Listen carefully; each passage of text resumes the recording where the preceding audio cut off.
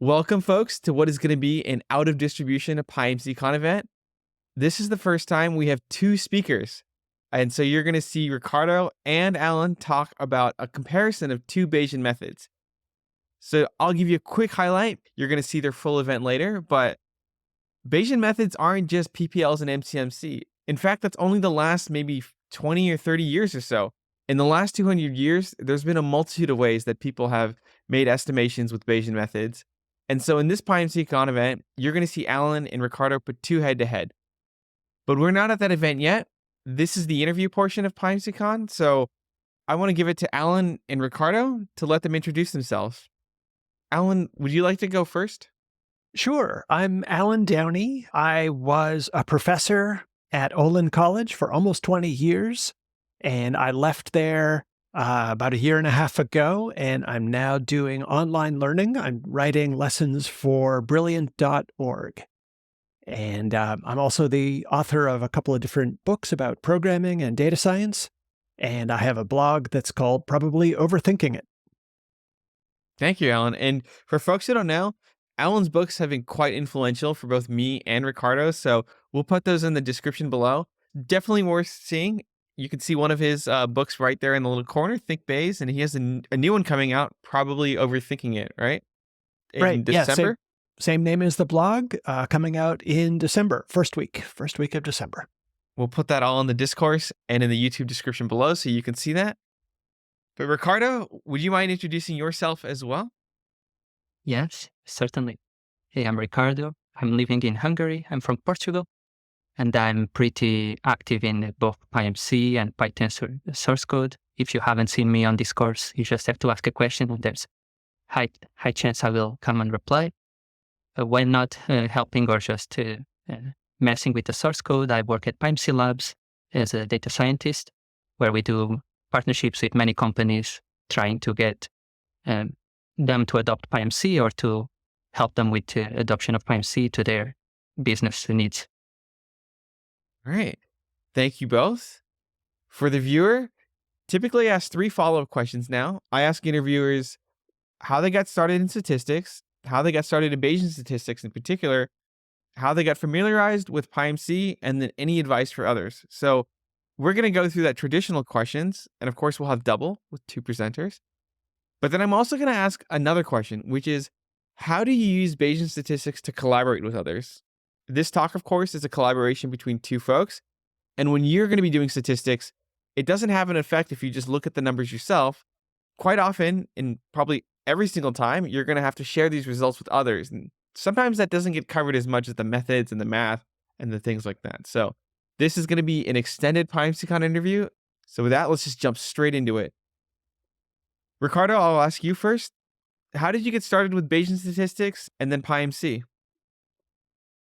All right. So actually, I started with traditional statistics, this kind of frequentist statistics in my bachelor's in psychology.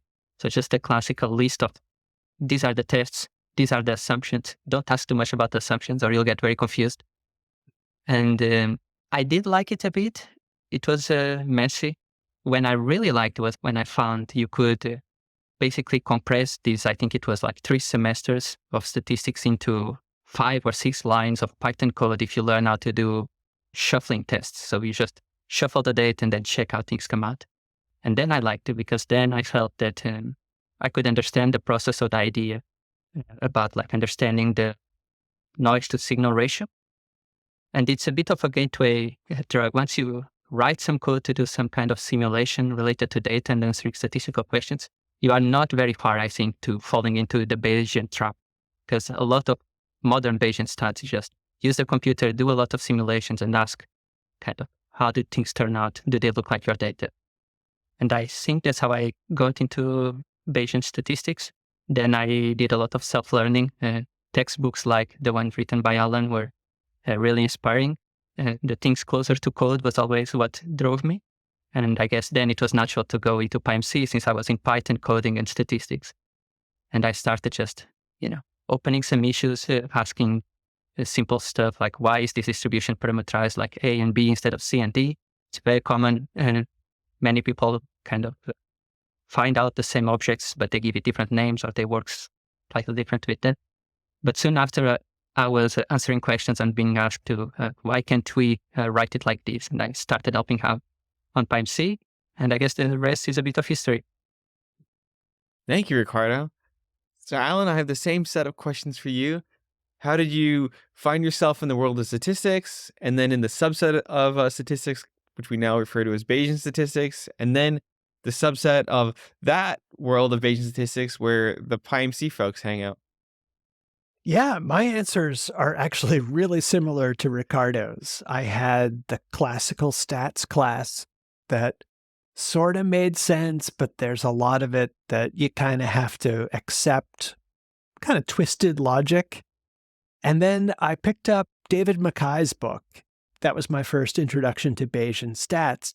And I had the experience that I think a lot of people do, which is, oh, this makes total sense. This is so clear and logical compared with the torment that I went through before.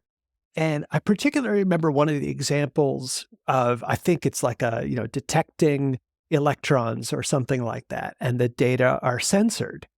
And in classical statistics, that would be a really hard problem. And the Bayesian approach is just you write the likelihood function. And if the likelihood function involves censoring, it's like, that's okay. It just solves the problem so neatly and elegantly. Then you're just hooked. You can't go back at that point.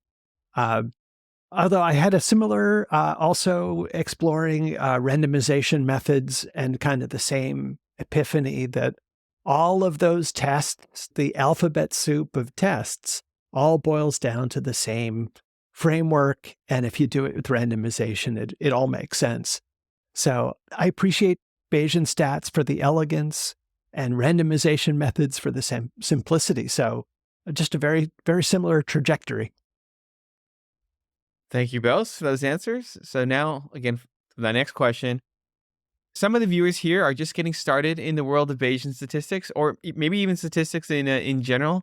Alan, what advice would you have for folks that are just at the beginning of their journey trying to learn the methods, now the computation, because that's an inseparable part of statistics, and just about this whole world of estimation? Well, I have a biased answer, which is I'm a big fan of think big. The premise here is that if you know how to program, you can use that skill to learn almost anything else. And in particular with Bayesian stats, I think a lot of the ideas that look very confusing, especially in math notation, are really very simple when you think about them computationally. And in particular, I use in the book a lot of grid algorithms because if you are looking at a discrete set of hypotheses, you can take all the scary integrals from a Bayesian book, and those integrals all go away because you're just looping through a discrete set of hypotheses. And you can think of it as a for loop, or if you start to do it in terms of array operations, it is literally you take an array of your prior probabilities, you take an array of your likelihoods, you multiply those two arrays together, you add up the sum and divide through. That's a Bayesian update. And computationally, it couldn't be simpler. No integration required. So for the listeners, I have to say, I totally agree with Alan's approach. I'm biased as well. When jumping into modern statistics, especially with PPLs, you have to learn this new syntax. There's an MCMC sampler. There's all these diagnostics. It can be a lot to take on. But with Alan's book, like Think Bayes, he really takes it down to just simple NumPy arrays that you can see and sort of touch and get a sense of, and it lets you get to the core of the statistics and the thinking without all of the overhead that comes with PyMC. That being said, I want to ask Ricardo the same question. The person who's most responsible these days, or one of the most responsible people for creating all this MCMC magic and PyTensor and all of that. So, Ricardo, how do you help? You're always in the weeds of the modern computational Bayesian machinery. But for beginners who are just starting out, where do you suggest they start to sort of whet their appetite and smoothly roll into the depths where you are? Yeah, that's a tough question. Easy answer would be go to docs.pymc.io or PyMC examples. So the way that it makes sense for me is always, can I write down a data generating process? Can I simulate some data that somehow relates to the data I'm going to work with? And actually, if you check much of the work I've been doing in PyMC these last years, they are not really about advanced algorithms or pushing the frontier. It's more about giving users the tools to write their data generating process. So stuff like write a time series by just saying how you get an update on every step, or write a censoring likelihood, like Alan was saying, by calling pm.censor, but showing that under the hood, the generating process is just clip the values. If it's above 7 and you can only observe until 7, then that has to be a 7 when it comes out. And I think that's what clicks for me. It's really, I don't understand the model until I can simulate it. And then I feel that things make a bit more sense. Then I can go and check, I fit the model condition on my data. I get some parameters. I can try to understand what they mean because I understood what they meant before I inferred. That would be kind of my trick. Write down how you generate data. Awesome. So now let's go to the extended part of the interview that we've never done, which is how do folks collaborate? For context, as I mentioned before, I wager to say all statistics is a collaboration of some sort. Usually, I guess in a theoretical world, you could collect all the data yourself, you could do an analysis on paper or on a computer, and then you could never share it with anybody. But that would be a huge loss.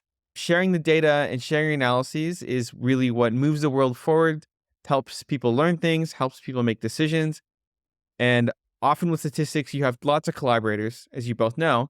You have people that have collected data and you need to work with them to analyze that information.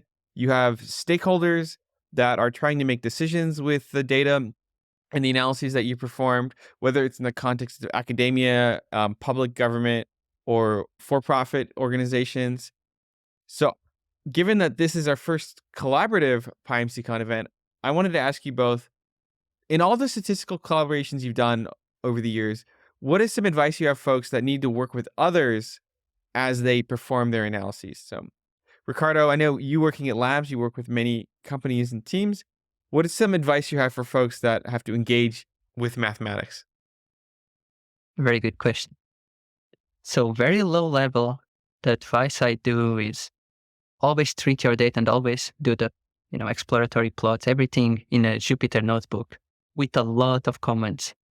And I would say that's like half of the work is to just show what you did in a way that other people can read, because that's most of the times, I'd say 90% of the funny looking things you find in your data were just some typos you did in your code. And this can be in Excel also, right? You wrote the formula wrong somehow.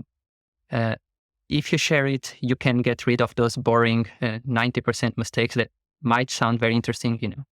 This group is, buying much more. I just encoded it wrongly or no.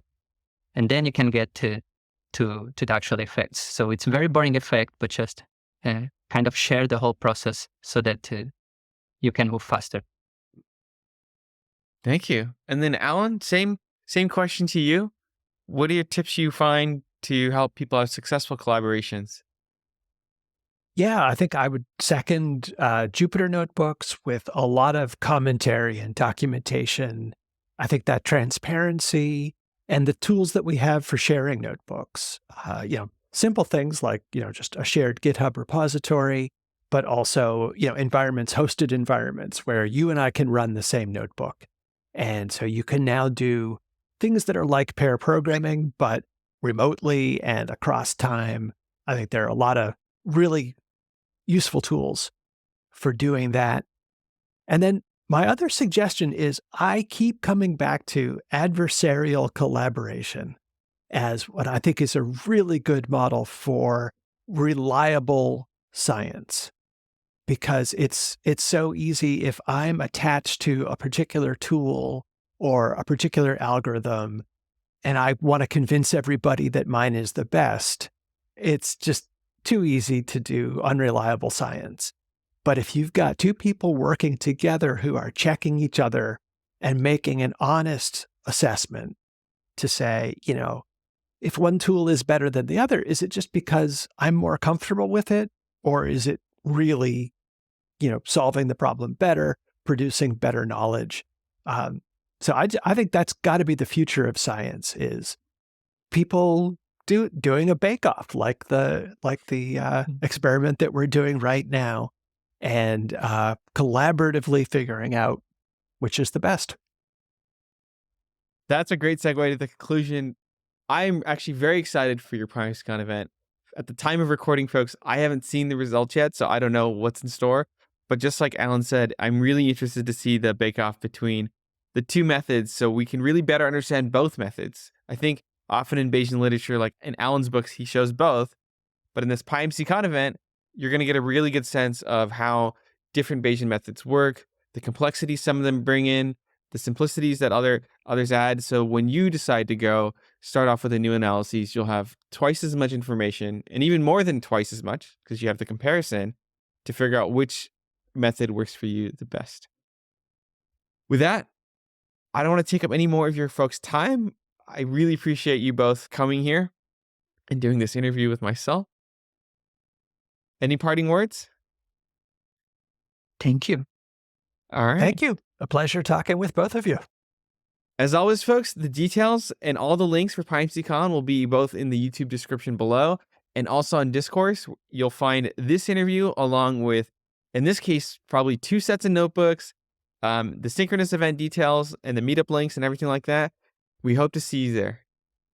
Bye, everybody.